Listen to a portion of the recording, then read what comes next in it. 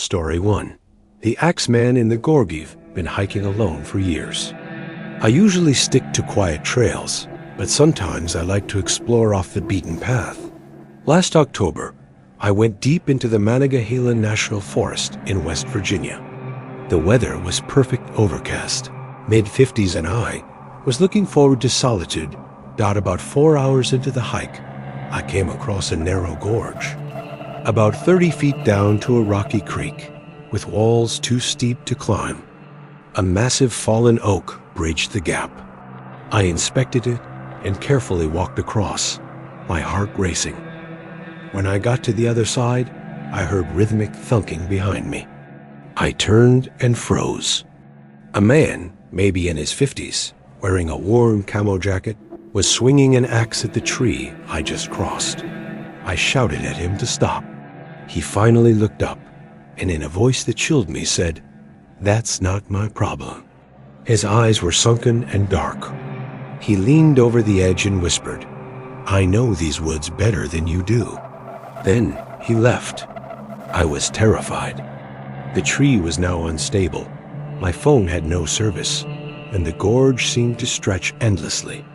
I stumbled upon a clearing with the strange campsite symbols carved into the trees, animal bones and weird objects tied to branches. Then I heard footsteps behind me. I ran, adrenaline pumping, as 3 figures emerged, carbon copies of the first man. One held a pipe. They told me simply, "You got lucky. Leave." I did. I never looked back. Story 2. The wolves and the smoke. A few years ago, I went hiking in northern Minnesota, far off marked trails. About 4 hours in, I realized I was lost.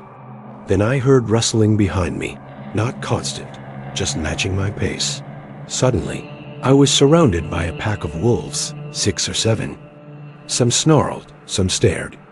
I drew my knife, ready to fight. Then, all at once, they froze. Their ears perked, and they ran, fleeing something unseen. The forest fell silent. No wind, no birds, nothing. I followed cautiously and found a clearing with a black, hovering smoke about 6 feet above the ground. The smoke didn't move or rise.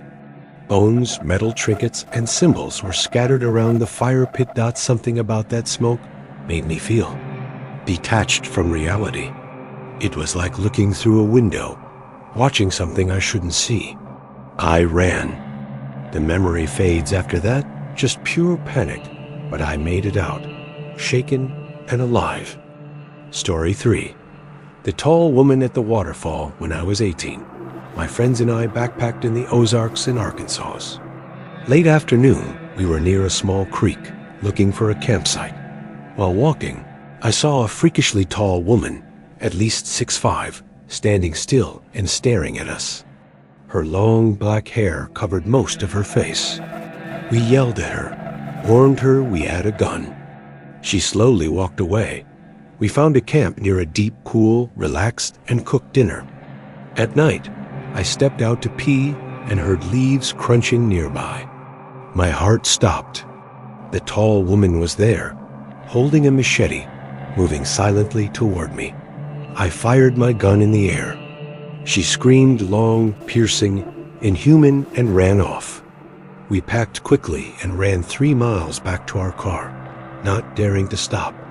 We never reported it. And to this day, I wonder if she was connected to the others, if some force in the wilderness was watching us all along.